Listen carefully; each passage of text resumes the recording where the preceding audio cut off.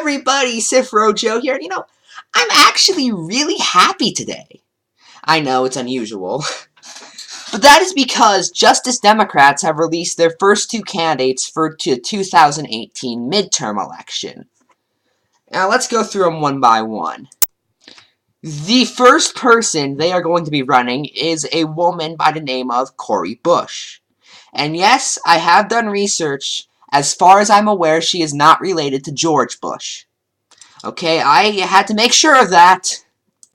She is running in Missouri's 1st District, so if you are there in 2018, I'd recommend supporting her. She is taking zero corporate money as opposed to the person she will be primarying. Cori Bush is going to be primarying a congressman named Lacy Clay, who is supposed to represent Missouri, but voted for police militarization, again, in the state of Missouri. It's literally called Ferguson, Missouri.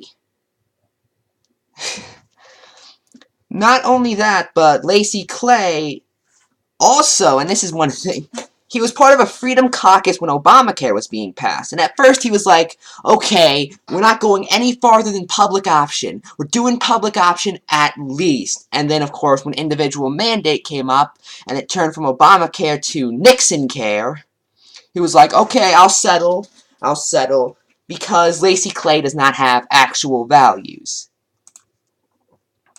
So let's talk a few more about the pros and cons of Cori Bush.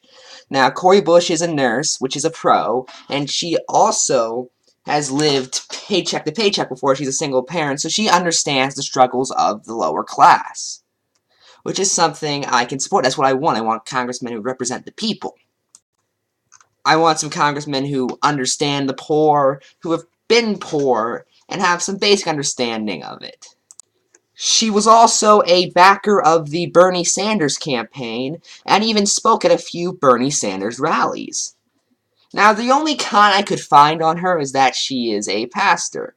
Now, keep in mind, it's not even really much of a con in this scenario, because I could find nothing saying Cori Bush was like a Pat Robertson-like pastor. I couldn't find that. She is still clearly a liberal. So even as an atheist myself, I really don't mind in the end. It's one of those things where, okay, you're a Christian, do you support establishing a right-wing theocracy? The answer is no in the case of Cori Bush, so really I couldn't care what religion she is. The link to the Secular Talk video on her will be in the description if you are interested in hearing more about her and about hearing more about the Justice Democrats, since, Kyle is one of the creators of the Justice Democrats. Now, the second candidate we have, and again, a link to the video about this will be in the description as well, is a woman named Paula Swearington, I believe. I could be pronouncing that a little wrong, but basically, she's a West Virginia native who has, since West Virginia is known for coal mines, she has seen, lack of safety regulations on coal mines kill her grandfather. So that's a pro right there. She understands why safety regulations are necessary. Not only that, but there have been some issues in West Virginia where the water is turning poisonous. And it's turning into pretty much every color of the rainbow up there.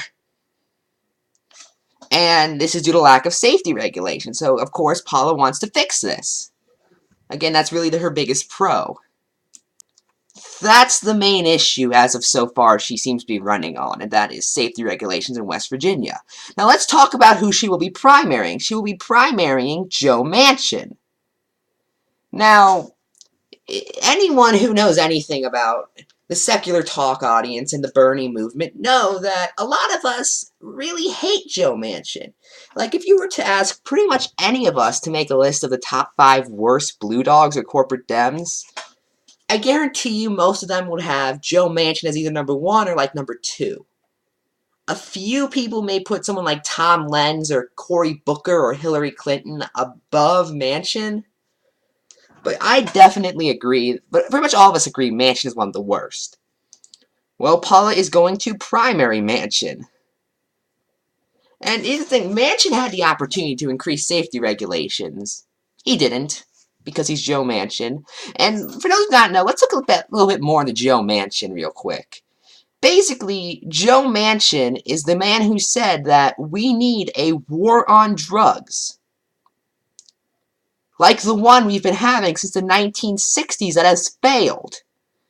The war on drugs has been an abject failure. Joe Manchin's like, we need a war on drugs. No. Joe Manchin basically is a Republican. You know, he's an elephant in donkey clothing, basically. That is Joe Manchin. Although that's pretty much most of the Democrats, however, Joe Manchin can't even fit in the suit all that well. Not only that, but similar to Corey, she has had, I believe, a few meetings with Bernie Sanders in the past, which is something I can support. Again, huge Bernie supporter. I really liked Bernie when he was running. And that's really it. As for cons, I honestly couldn't find any. Granted, her campaign has just started, and she seems to be only focusing on the safety regulation issue so far, so there's really not much to disagree with without saying, yeah, I like those kids being poisoned. I don't, by the way. Just making that clear. But basically, yeah, there seems to be no real issue so far. And, by the way, I'm just gonna get this out of the way right now. We can win this. Okay, again, Kyle covered this in one of the videos I linked below. But you go to red states, Bernie Sanders goes to red states, he's still supported there. I guarantee you more Republicans support Bernie Sanders than they do someone like Mitch McConnell or Paul Ryan, who are both the leaders of the Republicans. Because they don't like sellouts. No one likes sellouts. Again, I covered this before. Bernie Sanders is the most popular senator in America. Mitch McConnell is the least popular senator in America. Do you guys really think that's because the American people are far right? No. And I guarantee if we had an actual left-wing candidate that was easily viewable, then the Democrats would have the presidency right now. And I hope we can figure that out by 2020. But anyway, and I even covered this on the channel before. I've covered stories like this guy in Kansas, I forget his name, but he ran on a Bernie Sanders-style platform. It was a deep red district in Kansas. Again, usually they lose by this much, like 30%. After bringing in Donald Trump and Mike Pence and Ted Cruz and all these other people, the Bernie-style Democrat only lost by about 7%. Which is amazing for that district since it's basically the Koch brothers' backyard. I've talked about stories like that before. Because they all have a similar message, and that is, Justice Democrats can win. We can win. We can get Medicare for all. We can get college for all. We can get a minimum wage, a living wage, and tied to inflation. We can get a New Deal. We can get a green energy revolution. We can get a... What else can we... Constitutional amendment to end Washington insiders. We can do so much. We just need to start off singular. And I'm happy to say people like Cory Booker, or not Cory Booker, people like Cori Bush and Paula here are going to help us in that goal. And that's it. I'm Ephrom Joe, and good night.